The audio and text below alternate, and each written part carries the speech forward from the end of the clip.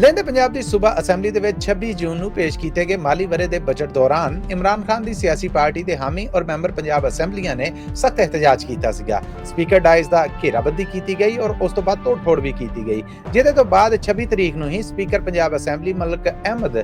ਨੇ ਇਹ ਐਲਾਨ ਕਰ ਦਿੱਤਾ ਸੀਗਾ ਕਿ ਅਸੀਂ ਇਹਨਾਂ ਮੈਂਬਰਾਂ ਦੀ ਮੈਂਬਰਸ਼ਿਪ ਹੈ ਜਿਹੜੀ ਉਹ ਕੈਂਸਲ ਕਰਾਂਗੇ ਔਰ ਇਲੈਕਸ਼ਨ ਕਮਿਸ਼ਨ ਆਫ ਪਾਕਿਸਤਾਨ 'ਚ ਇਹਨਾਂ ਦੇ ਖਿਲਾਫ ਅਰਜ਼ੀ ਦਾਂਗੇ ਔਰ ਇਹਨਾਂ ਦੀ ਸੀਟਾਂ ਡੀ-ਨੋਟੀਫਾਈ ਕਰਕੇ ਉਹਨਾਂ ਦੇ ਫਿਰ ਤੋਂ ਚੋਣਾਂ ਕਰਾਵਾਂਗੇ। ਪਰ ਇਹ ਧਮਕੀ ਹੈ ਜਿਹੜੀ ਇਹਦੇ ਉੱਤੇ ਬਕਾਇਦਾ ਅਮਲ ਹੋਇਆ 28 ਜੂਨ ਨੂੰ, ਜਿਹਦੇ 'ਚ ਆਖਿਆ ਗਿਆ ਕਿ ਇਲੈਕਸ਼ਨ ਕਮਿਸ਼ਨ ਆਫ ਪਾਕਿਸਤਾਨ ਦਾ ਬੂਹਾ ਖੜਕਾਇਆ ਜਾਏਗਾ। ਫਿਲਹਾਲ ਇਹ ਮੈਂਬਰ ਨੇ ਜਿਹੜੇ ਇਹਨਾਂ ਨੂੰ ਸੂਬਾ ਅਸੈਂਬਲੀ 'ਚ ਵੜਨ ਵੀ ਨਾ ਦਿੱਤਾ ਜਾਏ। ਹੁਣ ਮਲਕ ਅਹਿਮਦ ਖਾਨ ਹੁਣੇ ਕੱਲ election commission of Pakistan Islamabad ਦੇ ਹੈੱਡਕੁਆਰਟਰ ਗਏ ਨੇ, ਉੱਥੇ ਉਹਨਾਂ ਨੇ ਇਹਨਾਂ ਨੂੰ ਡੀ-ਨੋਟੀਫਾਈ ਕਰਨ ਦੀ ਬਕਾਇਦਾ ਅਰਜ਼ੀ ਜਮ੍ਹਾਂ ਕਰਵਾਈ ਹੈ, ਜਿਹਦੇ 'ਚ ਇੱਕ ਫੈਸਲਾ ਵੀ ਲੱਗਾ ਹੈ ਜੋ ਕਿ ਹੁਣ ਦੀ ਹੁਕਮਰਾਨ ਜਮਾਤ ਦੇ ਹਮਜ਼ਾ ਸ਼ਹਿਬਾਜ਼ ਸ਼ਰੀਫ ਜਿਹੜੇ ਕਿ ਪਾਕਿਸਤਾਨੀ ਪ੍ਰਾਈਮ ਮਿਨਿਸਟਰ ਦੇ ਪੁੱਤਰ ਨੇ ਉਹਨਾਂ ਦੇ ਖਿਲਾਫ ਹੈ। ਇੱਕ ਵਾਰ ਇਸੇ ਅਸੈਂਬਲੀ ਦੇ ਵਿੱਚ ਹੰਗਾਮਾ ਆਰਾਈ ਕਰਨ ਦੇ ਉੱਤੇ ਉਹਨਾਂ ਦੇ ਖਿਲਾਫ ਇੱਕ ਕੇਸ ਹੈ ਜਿਹੜਾ ਸੁਪਰੀਮ ਕੋਰਟ ਆਫ ਪਾਕਿਸਤਾਨ 'ਚ ਗਿਆ ਔਰ ਉਦੋਂ ਦੇ ਚੀਫ ਜਸਟਿਸ ਆਫ ਪਾਕਿਸਤਾਨ ਉਮਰ ਅਤਾ ਬੰਦਿਆਲ ਹੋਣਾ ਨੇ ਉਹਨਾਂ ਦੇ ਖਿਲਾਫ ਫੈਸਲਾ ਦਿੱਤਾ ਸੀਗਾ। ਇਸ ਫੈਸਲੇ ਨੂੰ ਨਹੀਂ ਬਣਾ ਕੇ ਹੁਣ ਪਾਕਿਸਤਾਨ ਤਹਿਰੀਕ-ਏ-ਇਨਸਾਫ ਯਾਨੀ ਇਮਰਾਨ ਖਾਨ ਦੀ ਸਿਆਸੀ ਪਾਰਟੀ ਦੇ ਇਹਨਾਂ 26 ਮੈਂਬਰਾਂ ਨੂੰ ਡੀ-ਨੋਟੀਫਾਈ ਕਰਨ ਵਾਸਤੇ ਕਾਰਵਾਈ ਸ਼ੁਰੂ ਕਰ ਦਿੱਤੀ ਗਈ ਹੈ ਔਰ ਉਹਨੂੰ ਇਲੈਕਸ਼ਨ ਕਮਿਸ਼ਨ ਆਫ ਪਾਕਿਸਤਾਨ 'ਚ ਦਾਇਰ ਕਰ ਦਿੱਤਾ ਗਿਆ ਹੈ। ਜੇ ਇਮਰਾਨ ਖਾਨ ਦੀ ਪਾਰਟੀ ਦੇ ਇਹਨਾਂ 26 ਮੈਂਬਰਾਂ ਨੂੰ